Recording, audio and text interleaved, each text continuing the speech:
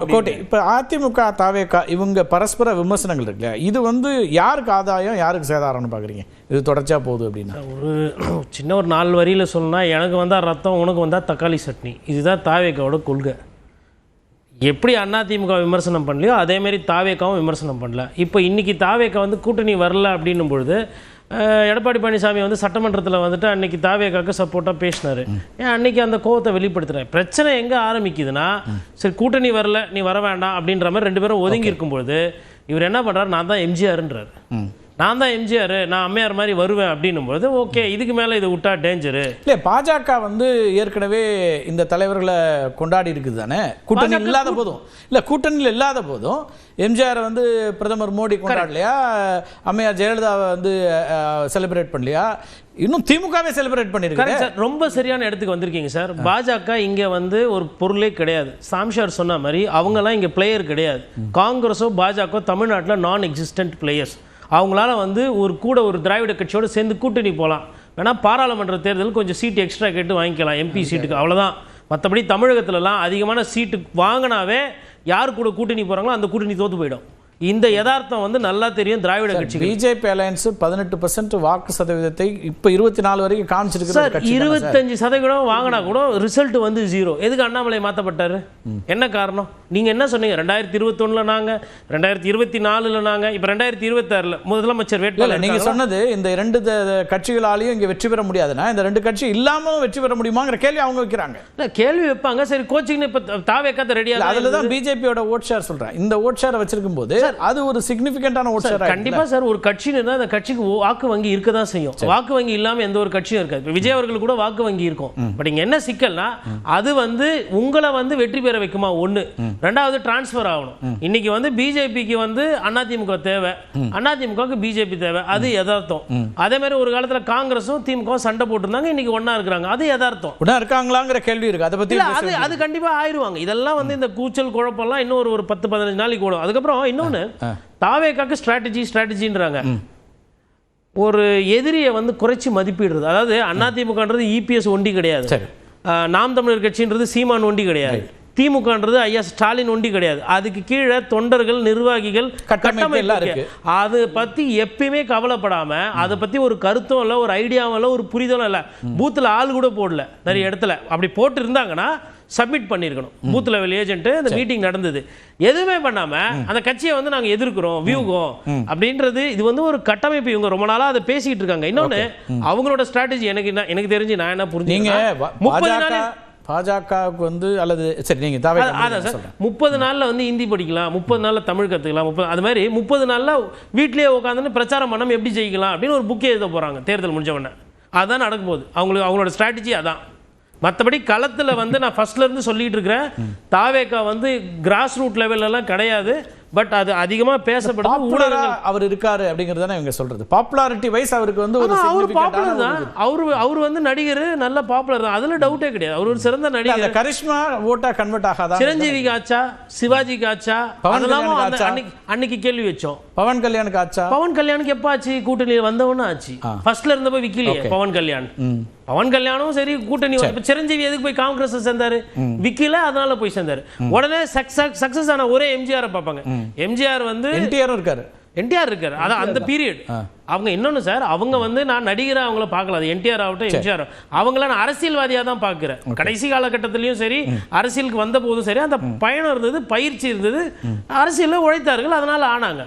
நிறைய, அதாவது 2-3 தேடு வழிதான் இருக்கு சக்சஸ்க்கு. ஓகே, இது வந்து தனித்து என்ன பண்ண முடியுங்கிற கேள்வி வைக்கிறீங்க. இன்னொரு பக்கம் பாஜக காங்கிரஸை பற்றி நீங்கள் வந்து கொஞ்சம் குறைச்சி மதிப்பிடுறீங்களோ அப்படிங்கிற கேள்வி. சார் நான் குறைச்சி மதிப்பிடல சார், ஜனங்க ஓட்டு போடல.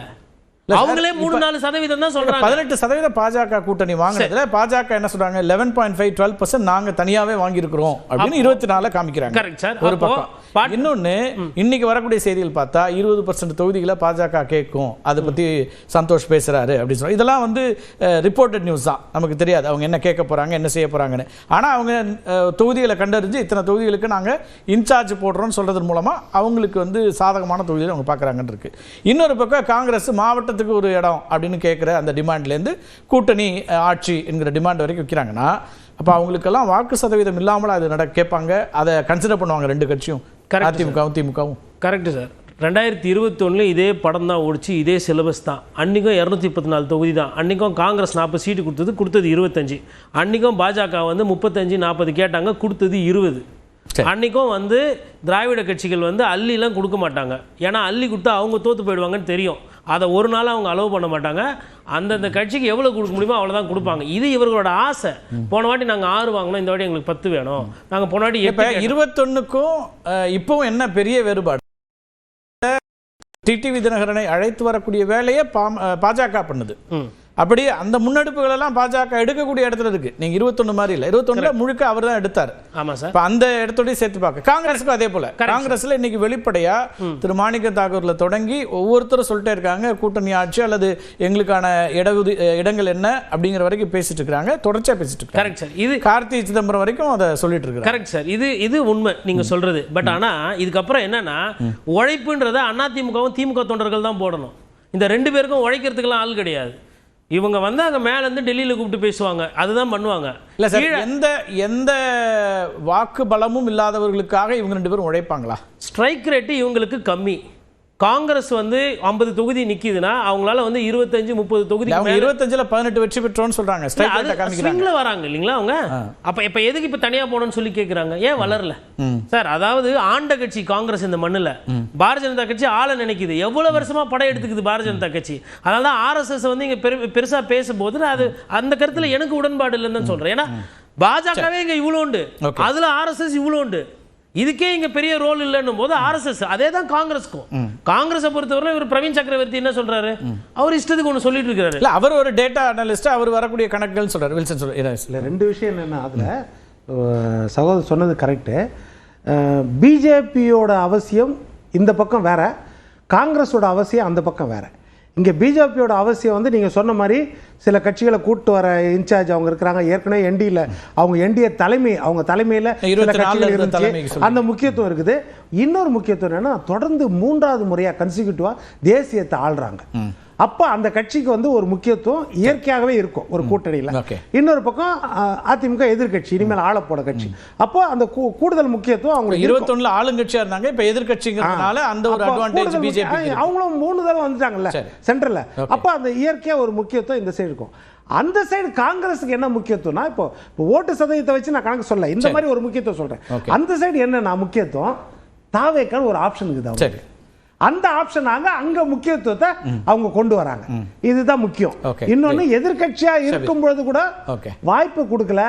9 சீட்டு தான் வந்து எதிர்கட்சி தலைவராக கூட 2014 வர முடியாத காங்கிரஸுக்கு 9 சீட்டு தான் கொடுத்தாங்க. அதனாலேயே 2019 எதிர்கட்சி தலைவராக வர முடியல. 52 இடம் தான் ஜெயிச்சாங்க. கூட ஒரு 3 சீட்டு கொடுத்திருந்தா திமுக ஜெயிச்சிருக்கலாம். அதே இடங்கள் 200 வெளியில போட்டிட்டு அங்க ஜெயிக்க முடியல. நான் என்ன சொல்றேன், தமிழ்நாட்டை பொறுத்த வரைக்கும் காங்கிரஸ் அங்க ஆட்சி அமைக்கிறதுக்கு உங்க தயவு தேவை. அட்லீஸ்ட் எதிர்கட்சியா கூட வேட்பாளர்னு சொன்னது திரு மு.க. ஸ்டாலின் தான். 2024 அது இல்லையா, அது 2019. அது வேற விஷயம். நான் என்ன சொல்ல வரேன்னா, சீட்டு தான். நீங்க வாயில சொல்றது எவ்வளவு வேணாலும் சொல்லலாம், அது வந்து சீட்டு கொடுக்கறது தான். அடுத்து என்னன்னா, முக்கியமான விஷயம் நீங்க பார்க்க வேண்டியது, இப்போ திமுக ஆட்சி அமைக்கிறதுக்கு நீங்க தேவை. அதுதான் முக்கியம்.